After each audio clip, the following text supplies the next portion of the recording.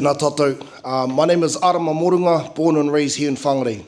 I am of Ngāti descent, so being a person of the water, of the moana, of our rivers, is part of my characteristic. I'm also born and raised in the bush, avid hunter, gatherer, so ko te ngāhere te mea nui moku, o tira ko te wai. I also want to reiterate NRC Te Raki Māori. I also want to say, don't be scared of the Māori words.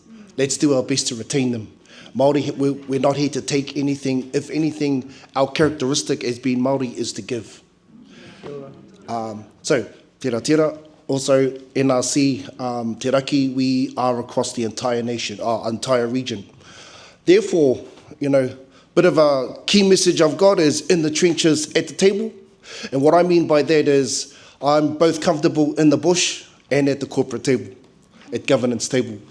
Far too often we also feel a bit of pressure or we get concerned by how Wellington tells us what to do, how to do things. But here at Northland, we have solutions. We have local solutions to our local problems. And so, I want to reiterate that we need to take matters into our own hands, and we need to, because we have leaders in all our spaces, climate, housing.